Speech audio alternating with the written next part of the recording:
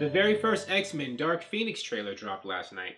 Really late last night, especially for those of you who I think were, well, just for all of us really, at least all of us in the US. It was pretty late. And I watched it and I thought it was okay. I was kind of initially, I was at that okay baseline, and then I saw online there were people talking about like, oh, they're maintaining the serious vibe, and this is going to be so much truer what the X Men will be like, compared to what they'll be like when Marvel takes them over and makes them more Disneyfied and that sort of thing. And I thought about it, and then it made me, I guess, like this trailer a bit more because yeah, serious and more deep is a bit more true to the X Men comics. But even so, I still watched the trailer with an overall feeling of this is all right. I wasn't blown away. I didn't feel anything that great, but I did notice a lot of stuff.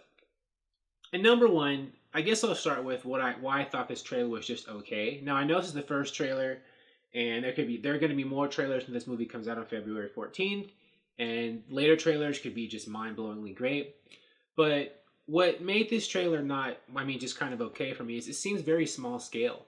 It's based on the Dark Phoenix storyline, one of the most famous and many people would say best X-Men storylines, which involved all this cosmic stuff. And Jean Grey becomes the Dark Phoenix and has these godlike levels of power and stuff. And this trailer, we saw glimpses of her, unleashing like her Phoenix stuff. That one scene where she seems to be like floating or whatever and goes like this and all this fire energy comes out. That looks cool. But the rest of the trailer was like, it just seemed very like not that large scale. It was all on the ground. We saw people like in houses and the X Mansion and on the ground and in this like broken down compound or whatever where Magneto was at.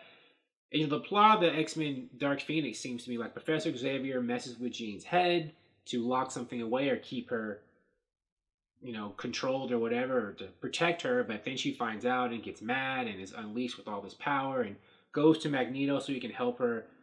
Magneto's going to help her get in touch with her dark side. It seems like the entire Dark Phoenix plot has been just the epicness has been turned down a bit to fit like a smaller scale movie. I'm hoping at least part of this movie will take place in space so they can at least touch upon what made the Dark Phoenix, one of the things that made the Dark Phoenix storyline, I think in the early 70s or late 70s, so, iconic. Because right now, this movie just doesn't seem to have, from what we've seen from this first trailer, the same scale. Now, onto the characters. Of course, I think the centerpiece is, at least I hope it's going to be Sophie Turner as Jean Grey.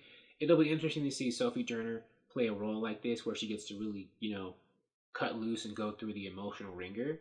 I know she plays Sansa on Game of Thrones, and Sansa has gone through a lot of stuff, some stuff like that too. But just for the Jean character herself, I feel like the X-Men movies, although Fox has done, I think most of the Fox X-Men movies have been good, but they focus a lot like on Wolverine and Professor Xavier and Magneto and Mystique. But all the other X-Men who were really important in the comics, a lot of them haven't gotten their due, and one of them, but is sort of kind of Jean. And this is going to be, they tried to do Dark Phoenix in X-Men The Last Stand. It wasn't that great. They're trying to do it again here. But it still seems like as much as this will be good for Sophie Turner and Jean, it does seem like it's too bad we're getting the Dark Phoenix saga, I guess, abbreviated. I think that the character of Jean, this is something that ideally could play out over multiple movies, with the same actress playing Jean. Sophie Turner's only played Jean, I think. This is her second time. So it's condensed. So in a way, while it'll be good for Jean and for Sophie Turner, it won't be as good as it could have been if, the Dark Phoenix saga was a bit more true to the cosmic space opera that it was and over kind of a long period of time. Because it was a slow burn in the comics and it became this huge storyline. Another character that I hope gets a lot of exposure will be Cyclops. I don't think the character of Cyclops has gotten his due at all in the entire X-Men Fox series at all. His character gets, pushed to the side. Or, in the comics, Cyclops is really important to the X-Men history, but in the movies, you wouldn't really know that because they keep backburnering him. They kind of feel like there's only room for one alpha, a male alpha, and that's Wolverine, played by Hugh Jackman. And so Cyclops gets, pushed to the side. And, I think James Marsden, who was the first Cyclops, did a good job and would have worked great, would have really been able to, capitalize on the material. And this new Cyclops, I forget his name, the younger Cyclops, I hope that he is a good actor. I saw him in Ready Player One. Ty Sheridan. I hope that he makes the best of this material too, and they give him enough to do. Of course, he'll basically be there as Jean's boyfriend, and probably won't like have his own storylines, but whatever. Something's better than nothing, and I hope that we really get to see Cyclops shine with his heroic side. I say his heroic side because in the comics, Cyclops can kind of be a villain sometimes, or be a jerk, but I don't think we're going to see jerky Cyclops in this movie at all. I think he's going to be like super good guy, like dutiful boyfriend in this movie. But, whatever. It'll be nice to see Cyclops featured the way many people would say he should have been featured in previous X-Men movies. Whether you like Cyclops or not, I think you do have to acknowledge he is a major part of X-Men history and storylines, most of them. And the movies haven't really been true to that. We don't see that much of Jennifer Lawrence's Mystique.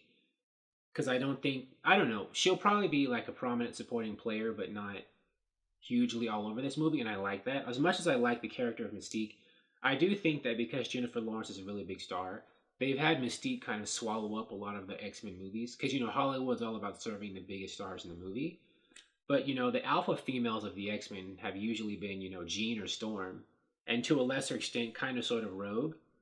So, it's weird that we've had, 7 or 8 X-Men movies, and the main female you'd think has been Mystique, and that hasn't been true to the X-Men comics either. I think the Fox X-Men movies, although they've been good, they haven't really been that faithful to the source material. They've done a lot of, they have in some ways, but in other ways not.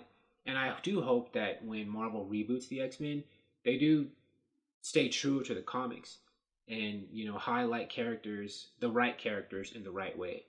And understand that the X-Men are an ensemble cast of characters, and it's not just, like Mystique, Xavier, Magneto, and Wolverine. That there are like, dozens of other X-Men who should get their spotlight too. So that's, something. This trailer, because this is for the last movie in the Fox X-Men franchise, did make me think a lot about what Marvel and Disney might do with the X-Men. And, I'm hoping that they don't, make the X-Men too, funny and softcore, because the X-Men aren't really like that in the comics.